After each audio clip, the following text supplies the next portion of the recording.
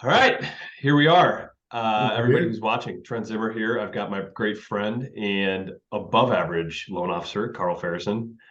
Karl and I have known each other for quite a while now, and he handles a ton of our business. He's a wealth of knowledge. And last week, Karl sent me some information on the 2023 forecast that I thought was really, really interesting. And he said, Trent, let's get together and let's talk about everything that this slideshow kind of goes over. I think it's important to share with our people.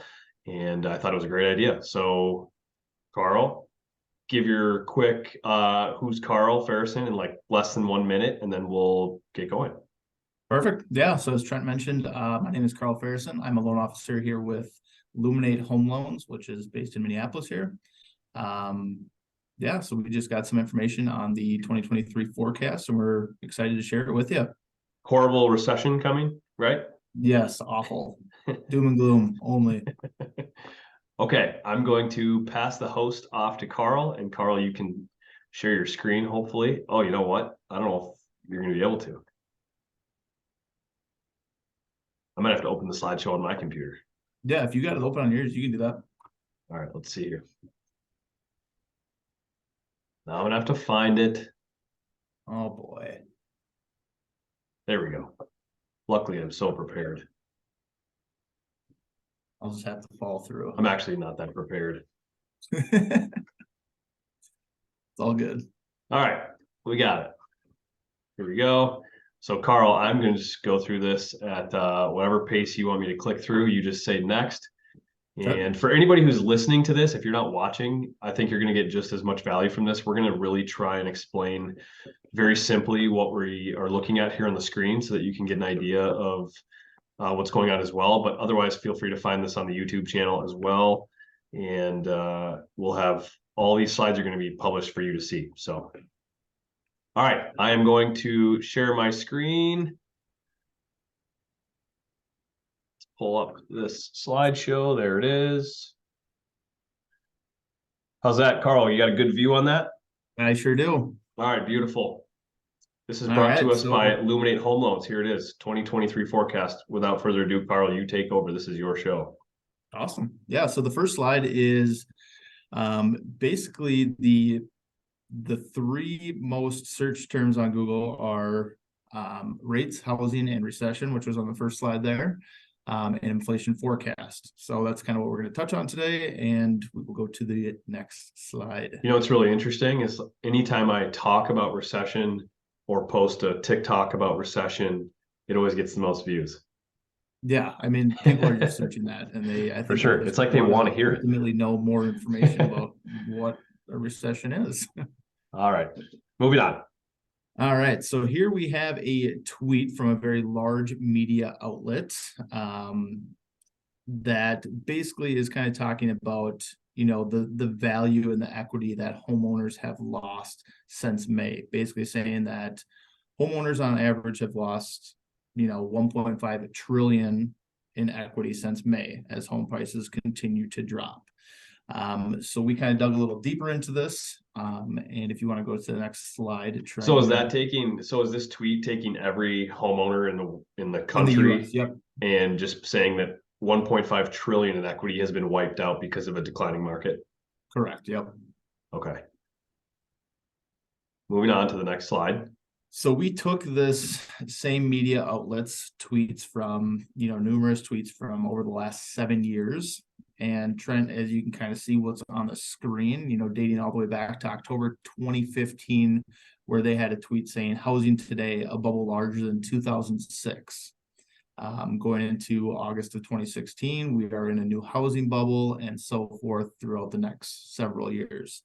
And to the right of that, we show the average appreciation of home values in that year that tweet was put out there, and the average home price in the far right column, and the amount of equity that you would have gained in that year.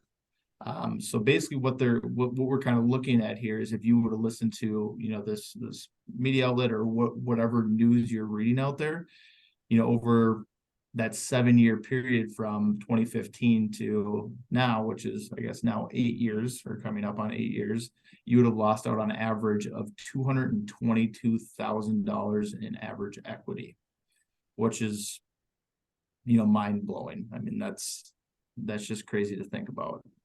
Yeah, it's really significant. I think you skipped a part on this slide that I think is really important, which is the headline. And this is an information crisis, not a housing crisis. That's really well said. I just think there's so much going on out there. And it's never been easier to spread incorrect information, right? Like that's why fact checking is a thing. Who knew that would be a thing?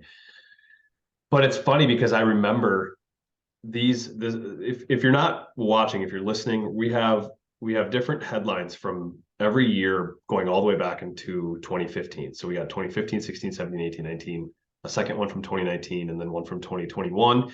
And they're all talking about how the market is declining. We're going to be in a horrible shift. It's about to shift in a bad way. There's all these horrible things that are being said. And I can remember actually vividly a conversation at a men's league hockey game that I was having in the locker room with all these guys. And I think at least one of them, maybe two, were like, oh, I'm not buying right now. Prices are so inflated. I'm going to wait till the market crashes. And that was in like 2016. Yeah. And I think everybody can relate to that. I mean, they've had somebody in their life at some point in the last 7 years that has said something along those lines to them. Yeah. And then there's the person who didn't listen to that and just went ahead and bought because it was the right time for them. Because you and I know there's no right or wrong time. There's just time. Mm-hmm. And look at what that equity did for that person. Yeah. Meanwhile, the one who wanted to wait for it is still waiting. Yep. So exactly. It's crazy. If you have a chance to watch this slide's really interesting. And that previous negative headline that we were just talking about these all came from that same source. Is that what you're saying? Correct. Yep. That's crazy. Yep. And that is a senior real estate correspondent. So from a major news media outlet. Yep. And by the way, the name is published on the slideshow. So check it out. Check out the slideshow. All right. Should we move on to the next one, Karl? Yep. All right. What's going on here?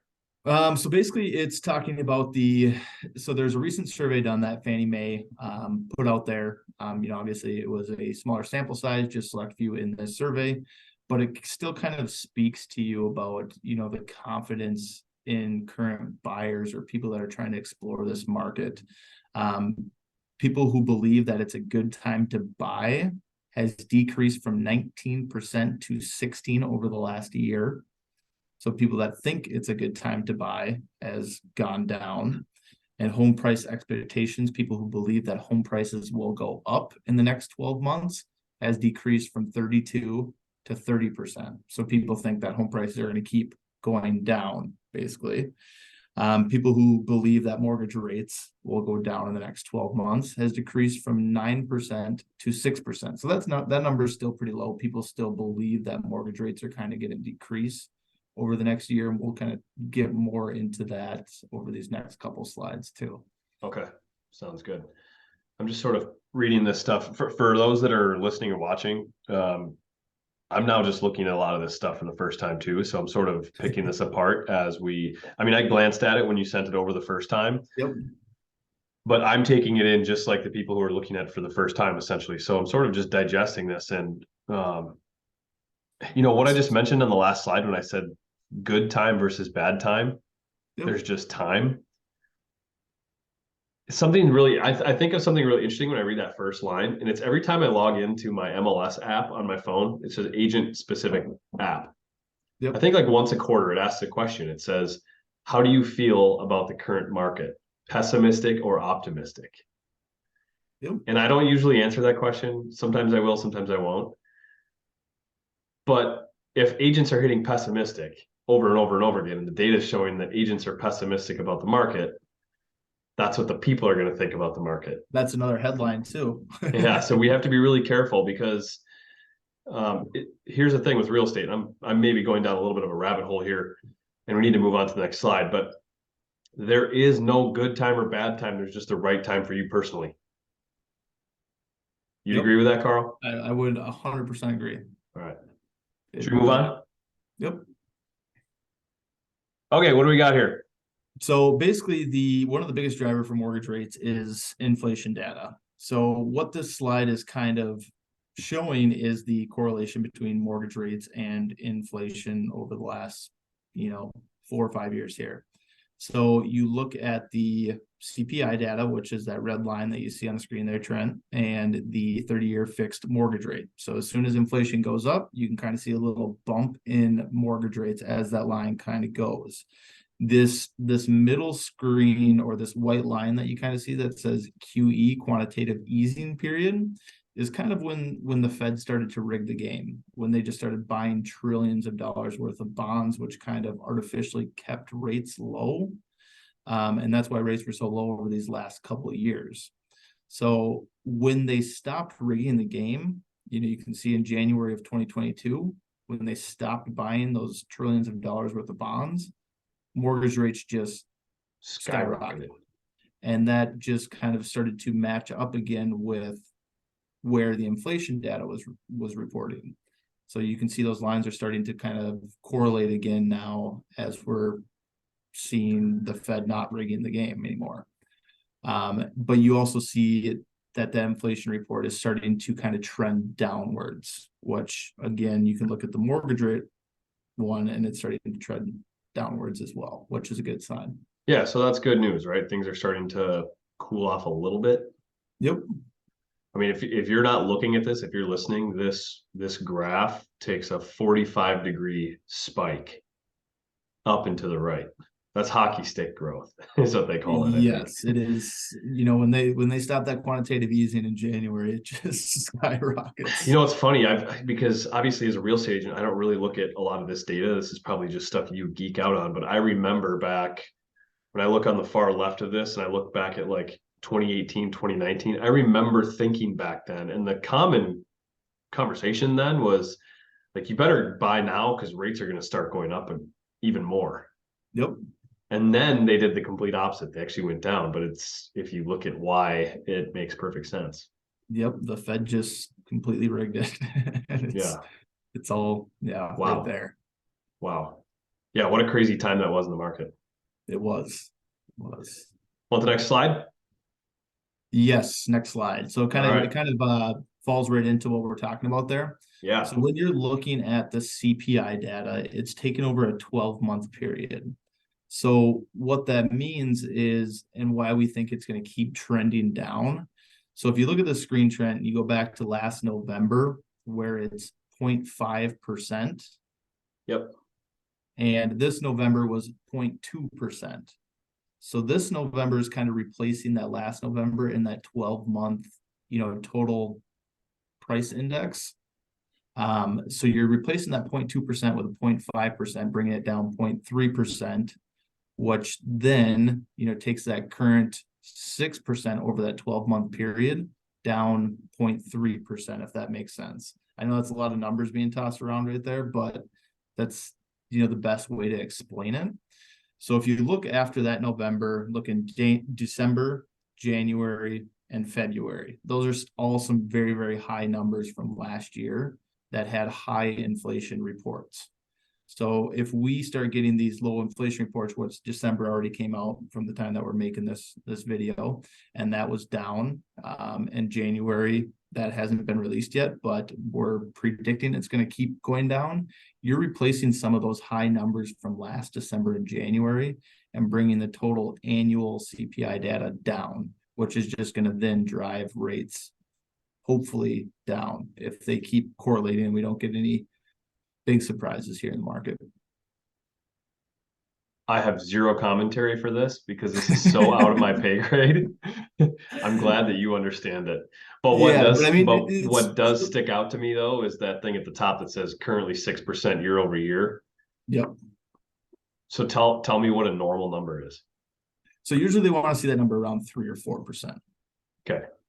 So if you, like I said, look at the December, January, February, March was kind of a one-off. It was a little lower number, but then it spikes again, April, May, June. So June being the highest at 7% that's being calculated into the last 12 months. When we start to replace those numbers with these lower numbers like the 3s and the 2s, it's going to kind of bring it down. Yep. And we're going to see rates start to dip at that same time. Okay. Yeah. Awesome. All right, next slide. This one is titled "Shelter Costs Are Lagging." Yes. So the shelter costs is 39% of the CPI data that we just looked at in that last page. Let's define shelter costs. So shelter costs is basically your rental costs. If you were to, rent a place, or, like you can almost even say like a short-term rental too, like an Airbnb would fall into that category. Okay, interesting. So looking at this and why they mean it's lagging is the shelter cost has been declining, but it's still being calculated into that core CPI value because it's taking a 12-month look at everything. Does that make sense? Yeah. No, it does. Okay, so this spiked in January, March, of 2022. Yeah, you look at the peak there. Yep. So those numbers are still being included into the CPI data that we looked at in the last slide. And what this slide is saying is the shelter costs make up 39% of that CPI data that's released on a monthly basis. So the numbers on the last slide, 39% of those is because of the shelter costs. So if we look at the slide that we're on right now and the shelter costs are continuing to go down, that's why we believe the CPI data is going to continue to decline, because this is a huge portion of that number that's released every month. That is a large portion. Yeah. So that's one belief on why we believe it's going to continue to go down. Okay. All right, move on. Yep. Next slide. Oh, yeah. This just shows comparison. Yeah, we just touched on that. So okay, perfect. This is also kind of. Oh yeah, this is kind of just repeating what you just mentioned. Prices have come down across the board for food, gas, clothing, and those are all. Have they all come down?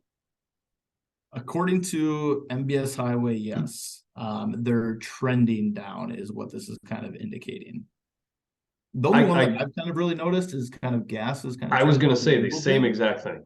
I don't really pay attention to clothing that often. I think food prices are still pretty high from what I'm seeing. They seem high to me, but again, the thing with food is like if you pay $5 for a dozen eggs last week and then $4.86 for them this week, that's trending downwards, I suppose, but it's not much savings, is it?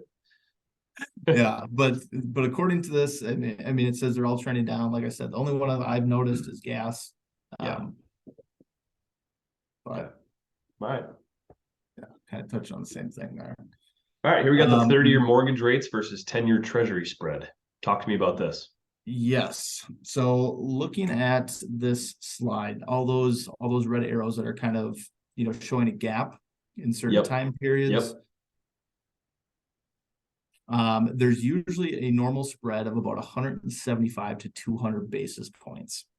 And that's kind of their benchmark that they set of where they want to keep that correlation. So dating all the way back to 1991, you can kind of see that it's all stayed within that range of 175 to 200 basis point spread between the 30-year mortgage rates and the 10-year treasury spread. This is a very aesthetically pleasing graph. It kind of is. It feels good to look at it. They follow along so smoothly. I know. And one of the biggest indicators on why we think rates are going to continue to trend down is right now we're at a 300 basis point spread, which hasn't been seen in the last 30 years. So that spread is going to have to come back to that 175 200 basis point spread that they want to keep it at some point, and that's just another indication of why. So in that basis point gap right now, it's at 300. We need it at 200-ish max, usually is the number.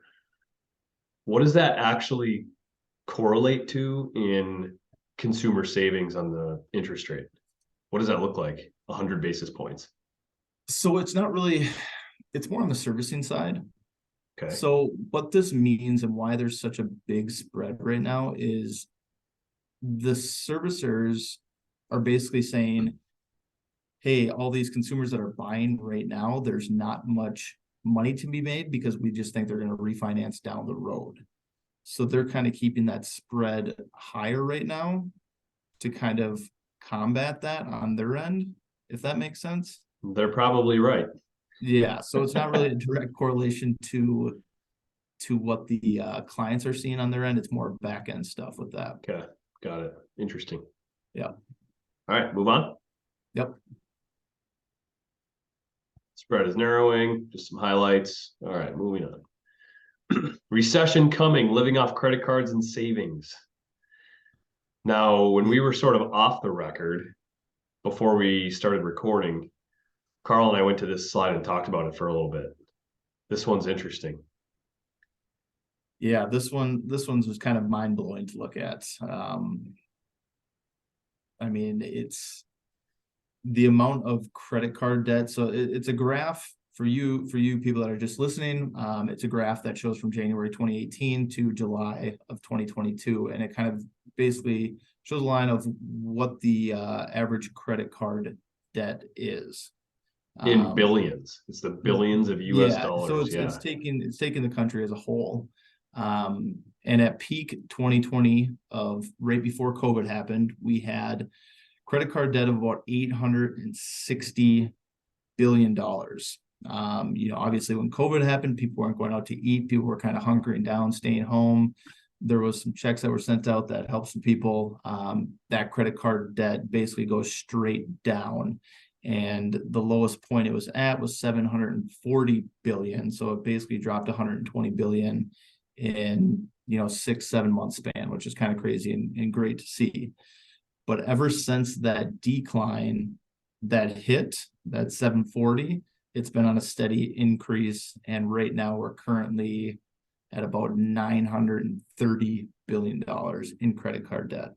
So in 2 years we've gone from 860 to 740, so down 120 billion.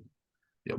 And then we've skyrocketed, sharp 45-degree angle on this graph, from 740 billion to about 930 billion. Yeah, which is How do we good to see?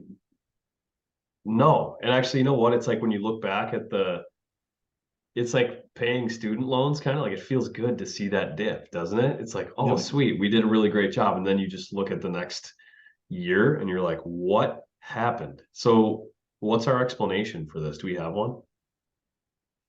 I wish I had a better answer, but I mean, I really don't. I just think Is it low rates? Like, are we as a country, are we just super heavily leveraged in a bad way? I think that plays into a trend. I think people are just over leveraging, the assets that they have. And they're just falling into debts. The average interest rate on a credit card is just shy of 20% too, which is not a good sign. Yeah. And then I wish I had a better answer for you on that, but so this is strictly credit card debt. Correct. No other debt. Okay. Unsecured credit card debt. Okay. Wow. Okay, so on the bottom half of this is another graph that's almost equally as shocking and kind of sad. It's almost like a gut punch, and that's a personal savings graph. So what's going on here, Karl? Yeah, so this one kind of shows again in billions the personal savings accounts that clients or consumers in the US have. So you can kind of take a look at it again. January of 2020 hits, that savings goes all the way up to about 35 billion. People are staying at home, people are saving more, not going out to eat, nothing like that. And then again, you can see when things start to open back up in that May time frame, that starts to slowly decline again. And then we hit another short little lockdown, and it kind of spikes up where people start saving a little more. And then ever since then, it's just been on a slow decline. And we're almost sitting at about, what would you say? It's about 3 billion as of right now. Yeah, it in looks the middle there. Yeah, 3 looks about right. Yeah, so we've gone from about 35 to 3 billion in a span of 2 years in the savings that consumers in the US have. Do Does anybody track the personal savings number against the credit card debt number? Like, do we ever look at like a ratio of right now the average, or not the average? I suppose you can't really use average, but the United States has 3 billion in personal savings, and we have 930 billion in. That's a horrible percentage. Yeah, it's not a good race. So I is don't that I ever don't know if tracked, there's those two numbers together? I don't know if there's like yeah, I mean I'm sure there is Maybe they mean nothing together, but they also might tell a really interesting story. So that's why I asked. yeah, it's Do you think that number being that low has a lot to do? I mean, I would say unemployment's not horrible right now, but it's no. it's the numbers getting a little worse, right? Yep. With inflation, we're seeing a lot of layoffs, especially in some of these bigger companies. Mm-hmm. I'm sure that has some impact. Oh, absolutely. I mean, it's just one of those things that it is leading to a recession when you look at both those graphs together. I mean, it is, but yeah, it's How do just you define recession? when the consumers of the US are over leveraged, which we kind of just talked about there, when they're over leveraged, maxing out their credit cards and things like that. So it's exactly what we're seeing on this graph. Okay. Because I know we've heard, people are like, well, a recession is 2 quarters in a row of decreasing GDP or whatever. Yep, and a lot of people correlate it with the housing crash or something like that Yeah. too. People just have recency bias on that, saying, Yeah. the Great Recession, the one that was kind of the most previous one, besides the short recession that we may have encountered in 2020 when the shutdown happened. But everybody just thinks the housing market's going to crash every recession we have, which historically that's not the case. And we got some good slides coming up for that too. Yeah, for sure. Okay, let's move on. You want to touch on this So one? right here we have the inverted yield curve. This is one of the biggest indicators that the Fed uses to indicate recessions. When this number goes negative, there's usually a recession looming. So see those little gray bars on the graph there, Trent, that go vertical? Yep. So those are recessions in the US over the last 40 years here. So you can kind of see when that line on the graph gets close to that 0 or negative threshold, there's usually a recession to follow that number. Interesting. And you get into this, we're in the negative currently. So yeah, we're way in the negative. Yeah, so it's kind of gonna happen. And what the inverted yield curve is the 10-year treasury minus the 3-month treasury for people that do not see the graph on the screen here. So like I said, when that number goes negative, it's usually the best indicator for a recession to follow shortly after. Okay. It looks like if you look at this, pretty consistent gaps between, it's almost like it's orchestrated. I know. It's just like a cycle. Yeah, it is, which we all know, right? Everything is cyclical, goes up and down at some point. I think what's really interesting though is that, I mean, I guess I knew this, but 2020, you have a very brief recession in there. Obviously, probably March, April, May of 2020 would be my guess is like when the world hit a recession. standstill. Yeah, it was very, very quick, but no one talked about it really. Yep. And in fact, we in the real estate industry, we have conversations. Oh, of course, my dog chooses to bark while we're recording this. In the real estate world, we talk about a lot about agents who have been in the business now for 10-ish years haven't really experienced a recession, but it's actually not true, because some people would argue that in their 20 or 30-year career, some of the most difficult times for them was in 2020 when COVID hit and they were scrambling. Yep. So it's And perspective. the My crazy point thing is is, perspective, right? what did home prices do in 2020, Trent? They went up. It's crazy how that works. Yeah, right. Yeah, so So there was a slight recession in 2020, yeah, yes. very brief. But yeah, so that's all I got on that slide. Unless you got anything else you want to All touch right, on we'll there. move on. Perfect. All right, mortgage Perfect. rates and recessions. Yes, so this kind of touches on again why we think mortgage rates are going to come down this year. In that, kind of bounce off that looming recession that's kind of out there. The vertical lines and the highlighted areas are what rates did over the last, was there six recessions on here? So, 1980 rates went from 16 to 11.75% after recession was declared. 1992? 18 to Yeah, 90, 13%? yeah, 91 probably Okay. is when it 11 went to from 8. 11 to 8.75. Is that what you're looking at? Yep. Hey, can you run numbers on a house for me at 18%? Yeah. Oh, that would be rough. I don't even think my calculator can produce those numbers. 18% is a swift kick to the groin. Yes, it That is sure is. crazy. And okay, so if you're not looking at this graph, if you look at the last, I'm going to explain this to you from right now, where rates are at today, to the last 10 years, actually 13 years, all the way back to 2010, the rates have basically never been lower over that 13-year time period. They've gone up and down between, 5 to 2.5, and then back up to 6. But before that, before pre-2010, you're at 6.75, 7.3, 8.75. So when we talk about perspective, that's it. Yeah, you need to look at Yeah, I this mean graph. the lowest that they've been since they are right now is coming out of that the Great Recession in 07, 08. Yeah, You can look at it and it goes from 6% to 4.875, and that was the lowest that they were basically before now.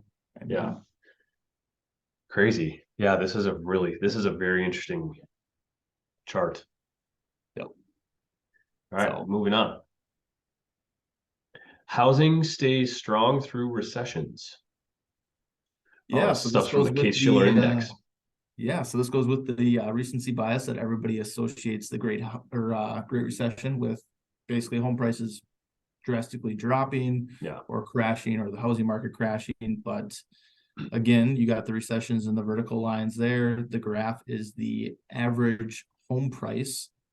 And as you can kind of see, even throughout the past recessions and in previous years, trend that still kind of either moderates or kind of trends up in the last recessions, outside of that one outlier in the Great Recession. yeah. And I mean, that was basically because people were writing subprime loans, and that was that. Right. The housing market was the cause of that problem. Exactly. But So historically, home prices still continue to go up through recessions, which is a lot of people don't understand that. I mean, well, you I think that yeah, I think, Karl, you and I are similar age, and I think that it's just like if we were not in this industry, we would associate the word recession with a housing crisis. 100%. That's the way that we're wired. Yep. Like I remember when that was all happening, I thought we were going to lose our house. I don't know if we were going to or even close to. We probably weren't. Yep.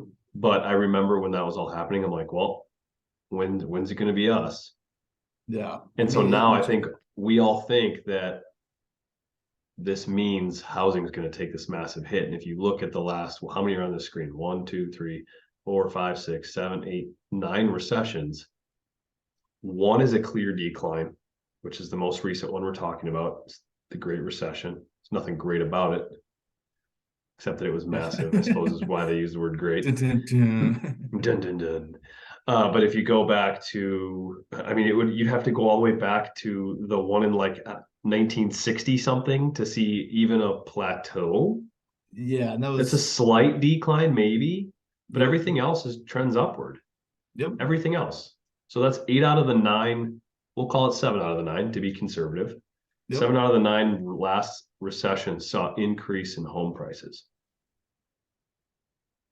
Yeah, so I mean that's great information just to get out to clients, friends, family, anybody that's thinking about potentially buying and just worried about a huge decrease or drop in home prices. I mean, that when people hear, like you said, when people hear recession, they just directly associate it with the Great Recession. Yeah.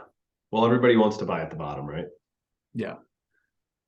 But the truth is, whoever you are listening that wants to buy at the bottom, you're going to miss it. Guaranteed. Yep. Because most of this information lags. By the time it's already turned around, it's too late. You've missed it. And so the answer is there's no good, there's no bad, there's just time. Exactly. So whatever is the right time for you. All right, move on. Yep. All right. Okay, month supply of inventory. I will let you touch on this one. You want me to talk about this one? Yeah, you can take the lead. Well, I talk a lot about this stuff on our Instagram reels, on our TikTok, and our YouTube channel. This has been a hot topic of conversation for probably the last, 24 months or so. And the reason being, I mean, I remember when I got into the industry 10 years ago, I still can, remember it perfectly. A broker at the time was going, the market is very low on inventory. We're at 3 months inventory. And I was like a day old in the real estate business. I had no clue what that meant. Right. So what month supply of inventory means, if we have 3 months supply, that means that if every home that's listed today were to sell, we'd be out of homes in 3 months. The trajectory or the pace of sales are just going so quickly that we would be out of homes in 3 months. Okay, 3 to 6 months is like what would be maybe normal or sort of balanced if you started to hit 3 to 6. Some say 6. I think that's way too many. I think once you get to 6 months inventory, it's just crazy. But 3 to 6 is normal. Anything below 3, I would say, is low. Well, for the last year, we've been under 1. We just got back into the 1+, like in probably August. Maybe July started to slow down a little bit. So some of the stuff that was all the sellers who were seeing all the fun, right? They're seeing multiple offers, 50K over, 100K over, and they're like, oh, I want to play this game. If you jumped on in July, you missed it. And so there was some inventory that kind of sat there a little longer than normal, and that slowed things down a little bit. So I think today, last I looked, November finished at like 1.8 months of inventory. Yeah. So still low, but up drastically from, we were at 0.5 or 0.6 months back in Q1, Q2 of 2022. Jeez. Yeah, it was very low, which is, you couple that with extremely low interest rates. That's the reason everything was selling for 50 to 100K overs, because that's just not sustainable. I mean, 10 people wanted to buy houses and there was only 1 house on the market. You do the math. It's very simple supply and demand laws. And so we're starting to see things slow down, which is good. I think it's obviously some of the buyers have been pulled out of the pool because some movers, some sellers and buyers were just moving because they could, because the rates were low. They could afford the payment. They finally could get into that forever home that they wanted to be in for years. Now the rates have gone up and they're going, yeah, you know what? We can be fine here. We got a low rate at our current house. We'll just put an addition on, or we'll finish the basement and we'll stay. And so you're seeing less homes come to market, but you're seeing demand go down significantly as well with the interest rates going up so quickly. Yep. I've been telling everybody, though, we are a half a point away in interest from it becoming a frenzy again. I think if the rates came down a half a point, all of a sudden these little bugs would come out of the woodwork and they would it would just go crazy again. Don't you agree, Karl? I agree completely. Yeah. Because right now what's happening is like the affordability index of things is it's just a little bit too out of reach. People aren't comfortable with the payment. Yep. But like if you can get it down a couple $100, Yeah, It's it's good. going to create a lot more urgency, and you're going to see people come out of the woodworks, like you Yeah, said. for sure. So anyways, that's kind of my thing on inventory right now. It's slowed down a lot on both new listings to market, but also buyer demand. Um, so it's sort of been a little bit of a net zero, but we have seen some inventory come on and hold because of longer days on market. Awesome. Okay. All right, to the next one. Housing supply is tight due to demographics. We actually talk about this as a company quite often. In fact, last year we were at an event in Austin, Texas. We talked about this in depth, and it was the okay, back in the last recession when things just basically hit a halt, builders were going out of business, huge developments were just basically getting paused and eventually not finished. um, and what that did is it created a housing shortage. We were supposed to have this boom because we needed homes on the market and we needed new homes because we have a growing population. Yep. Well, when that recession hit, things hit a standstill. So our population continued to grow.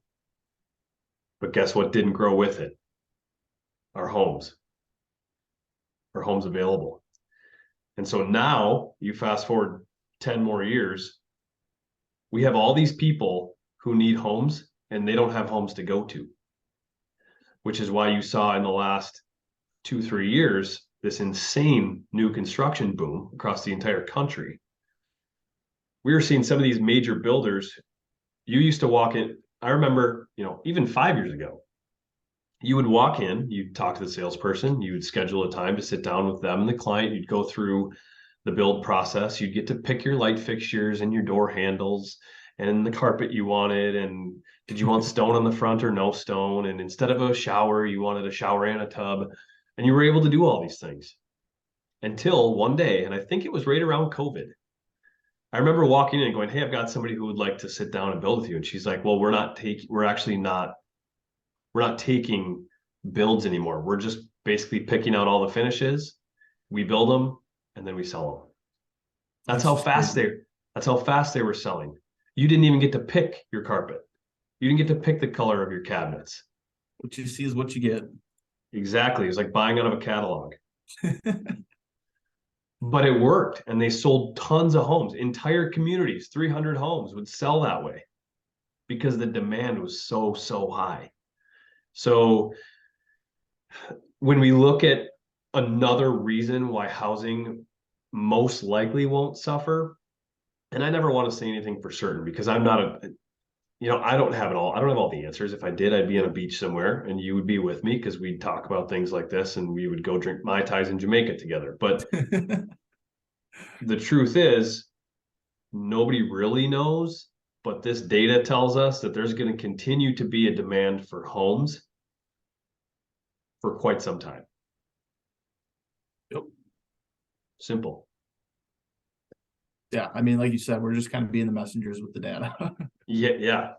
And the one thing I don't like, Karl, is I don't like when people say what's going to happen, right? Like, Yep. there won't be a recession. Well, ask someone in February of 2020 what they thought. Yeah. Right? Yep. Like I remember going on an international trip. It was a trip to Colorado, but it was for an international event. So people came from all over the world for this event. And I remember sitting on the plane next to my buddy. He was like, "Hey, did you hear about this new like illness in China?" I'm like, "No, sounds dumb. Sounds like what was it like the well, I mean, we've had like the bird flu and all these different things. So you sort of start to just kind of brush them off. I had no clue that 3 weeks later, the whole world in the United States would shut down. Yeah, that was. So my point being, I don't ever want to tell anyone what's going to happen because at the end of the day, nobody really knows. Yep. All we know is what's going on right now. And we can analyze this data to make educated and our best possible decisions for our families and for ourselves. And this is what we think is going to happen. Yep. Nailed it. All right. How many we got left, Karl? Are we almost done? Yes, we're gonna go through these last two, and We don't then need to rush. I was just curious how much more I needed to talk. All right, home price moderation, hardly a crash. Talk Yeah. to us about this one. Yeah, so this one's just kind of going off the home prices over the goes back about a 10-year period back to beginning of 2013. It shows over that 10-year period that home prices have increased 115% of the last 10 years, with 39% of that being in the last basically 3 years, 2 years, 3 years in that time frame. So we've kind of started to see a downtrend over the last probably about a 5-month span. It's kind of gone down about 2%. And that's kind of why we say that we're going to see more of a home moderation in prices versus a big decrease that we saw, in the Great Recession that we touched on a few slides ago too. Yeah. My mind, when I look at this, my mind goes to one of the first slides we talked about where it showed the annual appreciation since 2015 when that tweet came out that we were talking about. Mm-hmm. Typically, a homeowner should expect or be excited if their property appreciates 2, 3, 4% would be a great number annually. Yep. We have seen 4% as the bottom. It's like 5%, 7%, 10% growth in values over time, and that's just crazy. So when I look at this and I see that dip, this is also something I've been talking about on our other social platforms. Because when you look at it, your numbers show that you're down, right? Home values are down month over month. But hold on a second. Because that 2 year If they're down 1%, but we were up 10% last year, you're still winning. Yep.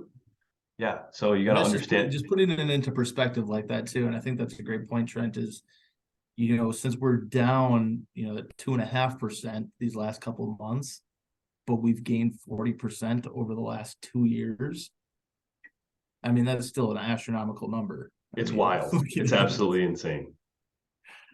So, and I just hope that people don't think this is normal. right.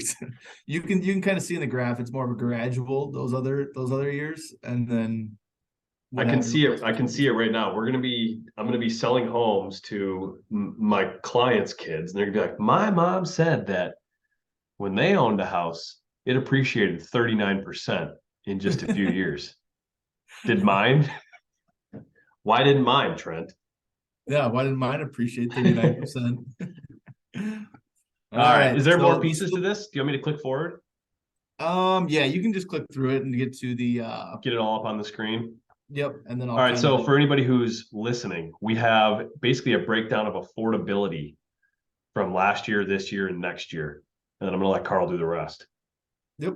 So the first year, so it's referring to last year as 2021 and this year as 2022. And then we kind of forecast what we're going to see, in 2023 here. And it kind of breaks down, the loan amount, rate, monthly P&I, and we'll try to break this down as clear as possible here. I know there's not a lot of numbers up on the screen, so feel free to stop me if I get a little out of hand here, Trent. 2021, 400K loan amount, 400,000 at a 3.5% interest rate would give you a monthly principal and interest payment of about $1,796. At that time, the average household income was about $9,000 per house. Those are pretty straightforward numbers. In 2022, home prices increased about 10%, giving that new loan amount of $440,000. Obviously, everybody knows interest rates went up. The average interest rate over the span of 2022 was about 6.25%, giving that total monthly principal and interest payment to $2,709. So the difference between buying in 2021 and 2022 is about $913 in just principal and interest. However, we have to look at the household income portion of things. So that average household income in 2021 of $9,000, according to ADP, which is one of the largest, payroll systems in the US, people who stayed at their current employer received a raise of about 7.6%. And people who switched employers received a raise of about 15.1%. So we're going to average that number out to about 9%, bringing that total household income to $9,810. So that's an increase in household income of $810, and your increase on your mortgage payment of $913, which kind of helps those numbers offset a little bit, which a lot of people are not talking about. So as we look into 2023, we kind of forecast what those numbers are going to look like. If we predict, there's going to be a moderation in home prices, so we're going to keep that loan amount the same at $440,000. Again, we foresee, hopefully, interest rates trending downwards, so we're putting that interest rate at 5%, which would bring your new monthly principal and interest payment to $2,362, which is still, above that 2021. However, if we, conservatively predict a 5% increase in pay over the next year, that would bring the total household income to $10,300 a month. So really your payment versus 2021 to 2023 is $807, and your income, your total monthly income, has increased about $1,300. So that kind of breaks it down into a little bit of perspective, Trent, when we're talking about affordability. Yeah, I like this slide because it does talk about a lot of the other things around affordability. Yep, I didn't mention that too when I was comparing the 2021 principal and interest payment to the 2023, because it includes gasoline, food, services, and that sort of thing. Yeah. That's it's kind of coming up with. You know what this reminds me of? This reminds me of when I go on showings with young people, like in South Minneapolis or Richfield, and they're getting their first home, and their dad or mom come with, and they're like, 300,000 for 1,200 square feet. This is crazy. I paid 150 for 3,000 square feet and a half an acre. And it's like, yeah, but you also got out of college with a job that paid you 25K, which maybe was great at the time. Yep. Things have changed along with it. Exactly. Right? You're not buying the $300,000 house on the same salary that your dad had in 1975 when he bought the house that you grew up in. Yep. So a lot of people don't talk about that other point of the increase. Yeah. The increase in household income too, which is good to see, and it does help offset. Obviously, if you could see the increase and have that 3.5% at that 1796, obviously everybody would take that, but it puts it into perspective that people don't need to wait, essentially. Yep. One thing jumps out at me: 5%. When do we feel like that's happening? Get out your crystal ball, Karl. Also, so next year, when you have next year on here, does that mean 2023 or 2024? 2023. Okay. So do we feel like 5% is possible? I feel like 5% might be a little low. I think so too. I think 5.5 would be a huge win.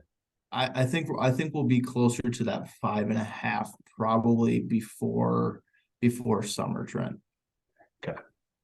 Good to know. So that 5% may be later in the year if all these indications, if everything starts kind of pointing in the directions on all the slides that we touched today. Sure.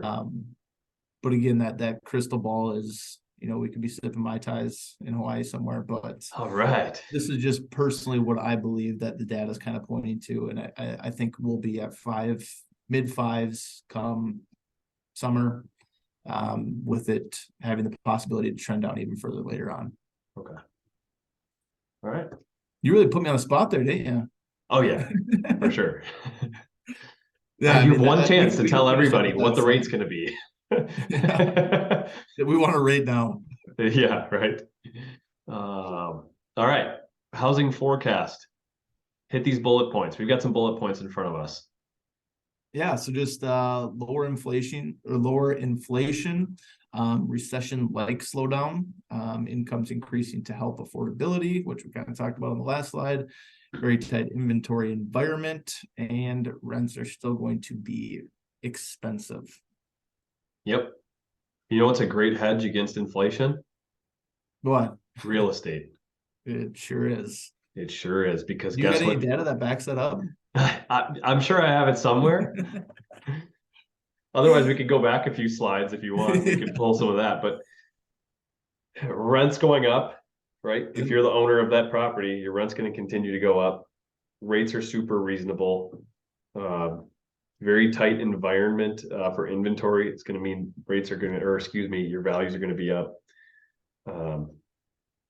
Obviously, whatever you buy, if you buy a house for 300 today and inflation causes that house to be worth 350 in 2 years, it doesn't cost you extra. That's just money that became yours because the asset became worth more money because the value of money went down. Yep. So,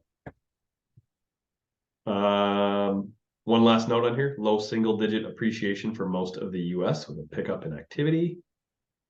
Love to see that. All right, what's the mortgage rate forecast? So the headwinds, global quantitative tightening, lack of foreign central bank buying, more debt to be financed. So that's kind of what they're predicting as far as the struggles or what might cause some issues with bringing rates back down. And if you want to hit it again, I think I'll talk about some of the tailwinds. Some of the things that are behind us that are no longer going to be an issue with rates going down. Lowering inflation, excess retail inventory, increase in mortgage servicing value, and recession is likely. All right.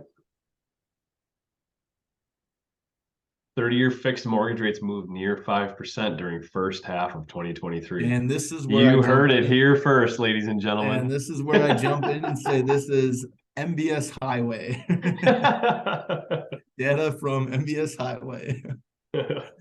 Hilarious. For those of you listening, yeah, Karl is not tying himself to this 5% with good reason. It's probably not going to happen, we think, but 5.5 seems reasonable. Can we agree on that?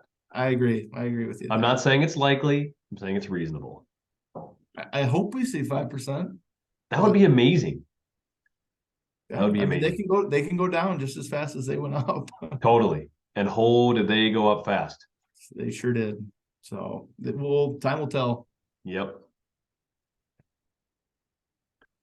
Okay, consumer confidence in the housing market hits a new low according to Fannie Mae.